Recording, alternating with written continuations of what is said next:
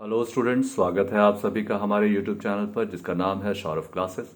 आज मैं आप लोगों के सामने जेपीएससी मुख्य परीक्षा के उद्देश्य से इतिहास विषय के प्राचीन भारतीय इतिहास के हर्षवर्धन और उनकी सांस्कृतिक उपलब्धियां इस विषय को लेकर उपस्थित हुआ हूं, जो हमारा 19वां टॉपिक है।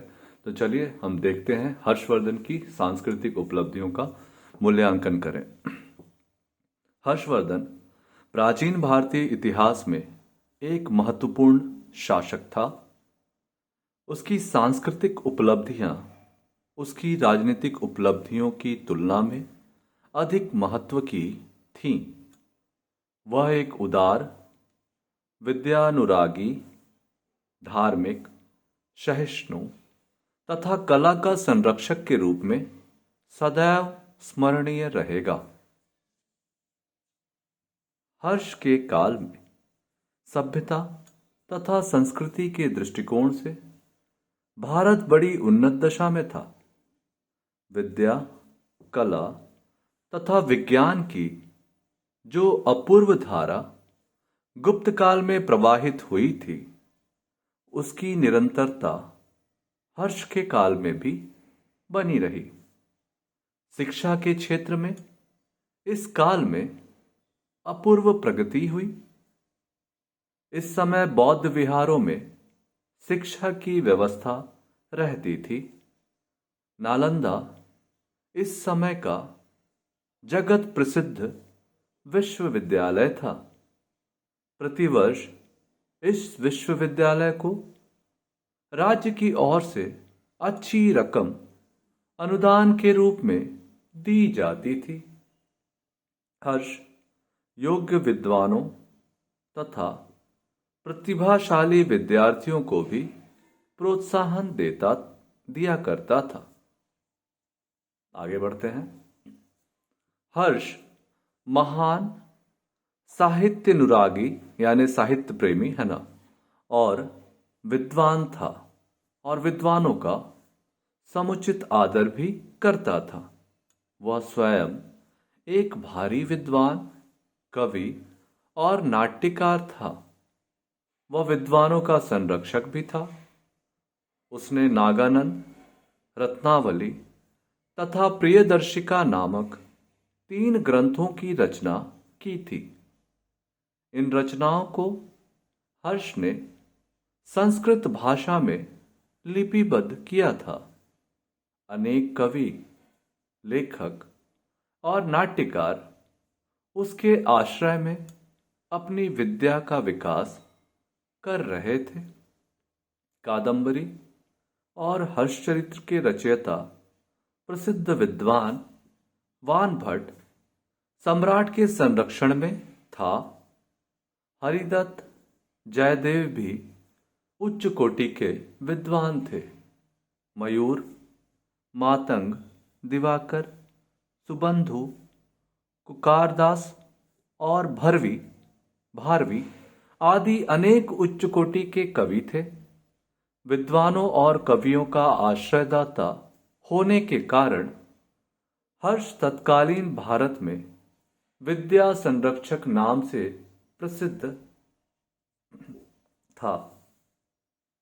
हर्ष कला का संरक्षक भी था। उसके काल में गुप्त काल की भांति कला की उन्नति हुई। उसके समय में अनेक चैत्य, विहार, मठ, स्तूप और मंदिरों का निर्माण हुआ था।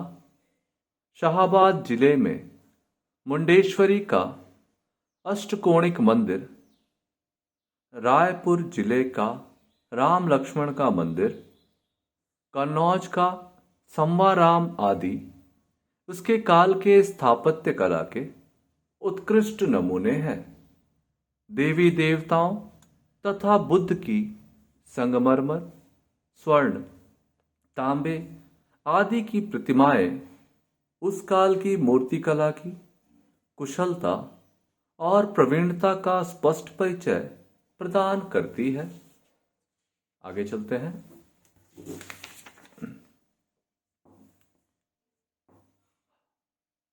हर्ष ने प्रतिवर्ष साम्राज्य की एक सेकेंड, यहां से छूट गया है।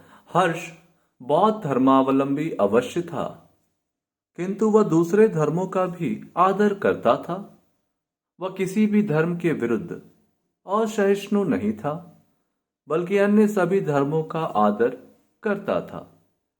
कन्नौज की धर्म सभा और प्रयाग की दान सभा में अन्य धर्मावलंबियों को आमंत्रित करना उसके धार्मिक सहिष्णुता का परिचायक है।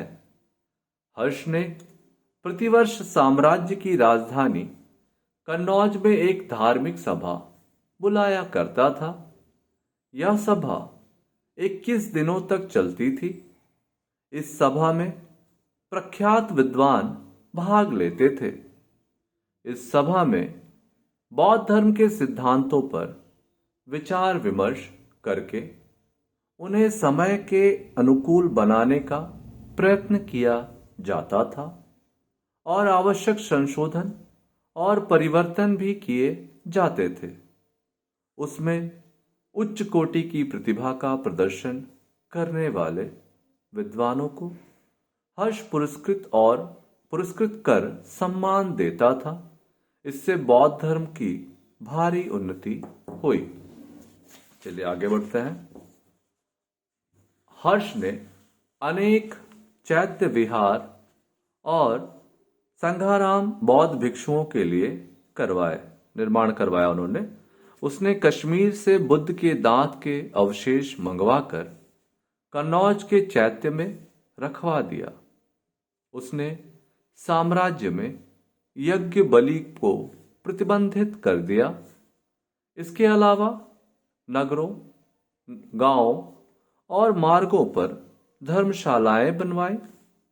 इन धर्मशालाओं में भोजन तथा औषधि बिना मूल्य वितरित किए जाते थे, अर्थात मुफ्त में भोजन और औषधि की व्यवस्था की जाती थी। उसने लोक हितकारी कार्यों से प्रजा का विश्वास जीतने का प्रयत्न किया। उसने धार्मिक तथा शिक्षण संस्थानों को आर्थिक सहायता दिया। उसने अपनी प्रजा के सुख दुख का भरपूर ख्याल रखा और जनता को राहत पहुंचाई। इस प्रकार से देखते हैं कंक्लूजन। उपरोक्त अध्ययनों से स्पष्ट होता है कि हर्ष की सांस्कृतिक उपलब्धियां तात्कालीन परिस्थितियों में उपयुक्त एवं लोकहितकारी थी। उसने राजनीतिक अभियानों में वैसी सफलता तो नहीं प्राप्त की, लेकिन उसकी सांस्कृतिक उपलब्धियां इतिहास में महत्वपूर्ण स्थान रखती हैं। इस प्रकार से हमारा यह विषय यहाँ समाप्त होता है। धन्यवाद।